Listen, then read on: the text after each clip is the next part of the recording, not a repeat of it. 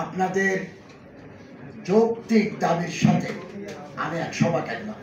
রাজধানীর জাতীয় প্রেস ক্লাবে বৈষম্যের শিকার স্বতন্ত্র ইবতেদায়ী মাদ্রাসার শিক্ষকবৃন্দের আয়োজিত এক শীর্ষ আলোচনা সভায় প্রধান অতিথি হিসেবে উপস্থিত ছিলেন গণপ্রজাতন্ত্রী বাংলাদেশ সরকারের মাননীয় ধর্ম বিষয়ক উপদেষ্টা আ.ফ.ম. খালিদ হোসেন। এ সময় শিক্ষকরা দাবি করেন, ওসমানীয় শাসনামল থেকে 20 শতকের পূর্ব পর্যন্ত মুসলিম বিশ্বে ইসলামী শিক্ষা তথা জনশিক্ষার প্রাথমিক স্তরের নাম ছিল মক্তব। সরকারি ও বেসরকারি উভয় প্রকার উদ্যোগে মক্তব প্রতিষ্ঠিত হতো। সময়ের পরিবর্তে মক্তবের নাম পরিবর্তন করে ফুরকানিয়া ও বেসরকারি উভয় প্রকার উদ্যোগ মক্তব প্রতিষ্ঠিত হতো। সময়ের পরিবর্তে মক্তবের নাম পরিবর্তন করে ফুরকানিয়া মাদ্রাসা নামে পরিচালিত হতো। 1983 সালে বাংলাদেশের মাদ্রাসা শিক্ষা বোর্ড একটি বিজ্ঞপ্তি প্রকাশ করে মাদ্রাসা শিক্ষা অধ্যাদেশ 1987 এর 17 বি ধারার প্রদত্ত ক্ষমতা বলে মাদ্রাসা শিক্ষার প্রাথমিক স্তরে পরিচালিত ফুরকানিয়া মাদ্রাসা সমূহের নাম পরিবর্তন করে স্বতন্ত্র ইবতেদায়ী মাদ্রাসা নামে পথ চলা শুরু করে। 1987 সালে তৎকালীন সরকার বাংলাদেশ মাদ্রাসা শিক্ষা বোর্ড হতে রেজিস্ট্রার্ড প্রাপ্ত প্রায় প্রতিটি মাদ্রাসা এককালীন 4,200 থেকে 7,000 টাকা প্রদান করে, কিন্তু শিক্ষকদের বেতন ভাতার কোনো ব্যবস্থা গ্রহণ করা হয়নি। বর্তমানে বাংলাদেশ মাদ্রাসা শিক্ষা বোর্ডের তথ্য অনুযায়ী মাদ্রাসার সংখ্যা 6,881টি। বাংলাদেশ শিক্ষা তথ্য ও পরিসংখ্যান ব্যুরো ব্যানবেইস এর তথ্য অনুযায়ী মাদ্রাসার সংখ্যা 7,051টি। মাদ্রাসা শিক্ষা অধিদপ্তরের তথ্য অনুযায়ী মাদ্রাসা যার সংখ্যা 7,453টি ডাটাবেইসভুক্ত। মাদ্রাসা শিক্ষা ব্যবস্থা বাংলাদেশের সামগ্রিক শিক্ষা ব্যবস্থার একটি অবিচ্ছেদ্য অংশ। শিক্ষার্থীদের মধ্যে আল কুরআন ও হাদিসের প্রতিফলন ঘটিয়ে তাদের দৈহিক, মানসিক, সামাজিক, আধ্যাত্মিক, নৈতিক ও মানবিক দিকের সর্বাঙ্গীন বিকাশ এই শিক্ষার অন্যতম লক্ষ্য।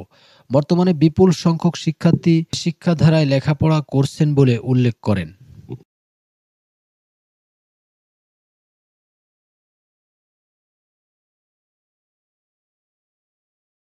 এটা এডুকেশন মিনিস্ট্রির অধীনে। আপনারা শিক্ষা উপদেষ্টার কাছে রিপ্রেজেন্টেশন দেন, সেমিনার করেন। আজকে সেমিনারটা অত্যন্ত গুরুত্বপূর্ণ। সেমিনার করেন, সিম্পোজিয়াম করেন, মত বিনিময় করেন এবং শিক্ষা উপদেষ্টার সাথে আপনারা সাক্ষাৎ করেন, যৌক্তিকতা ওনারা বুঝান। আমি ভিতর থেকে আপনাদের সাপোর্ট দিয়ে যাব। শুধু সাপোর্ট নয়, কাগজপত্র আমার হাতে আগেও আছে, এখনো কিছু নিলাম। আমি শিক্ষা উপদেষ্টাকে একটা ডিউ লেটার দেব, to execute the demand at his earliest convenience। যত তাড়াতাড়ি সম্ভব তিনি এটাকে বিবেচনায় নিয়ে কার্যকর করার ব্যবস্থা করবেন। হয়তো একসাথে সবকিছু করতে পারবেন না, কিন্তু আমরা তো সূচনা করিয়ে দিয়ে যেতে পারি। এবং এই দেশে বৃহত্তর জনগোষ্ঠী প্রিডমিনেন্টলি আর মুসলিমস, এখানে সিগনিফিকেন্টলি হিন্দুস, বুদ্ধিস্ট, খ্রিস্টানস, তারপরে নৃতাত্ত্বিক গোষ্ঠীর লোকেরা আছে, কিন্তু বৃহত্তর জনগোষ্ঠী হচ্ছে মুসলমান।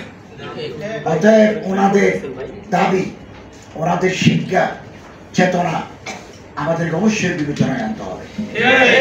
এবং আমি আপনাদের একথাও আশ্বাস দিতে চাই, শিক্ষামন্ত্রী মহোদয় ঢাকা বিশ্ববিদ্যালয়ের একজন প্রবীণ শিক্ষক, নতুন যখন কারিকুলাম তৈরি হয় আমি স্যারকে বলেছি, স্যার আগের সিলেবাস দিয়ে চলবে না এবং মূল্যবোধ যাতে শিক্ষা ব্যবস্থায় রক্ষিত হয়।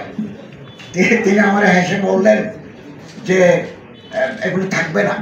এখন ওই বইয়ের ভিতরে ছাত্রদের মাথায় টুপি লাগা দিছি তো, কথাও বললেন। আমি বলেছি এলজিবিটি বলে এগুলো থাকবে না। তো মোটামুটি সবগুলো তো আর খুব তাড়াতাড়ি সম্ভব হবে না, বই এখন ছাপতে চলে গেছে। 2012 সালকে সামনে রেখে শিক্ষা বিন্যাস করা হয়েছে।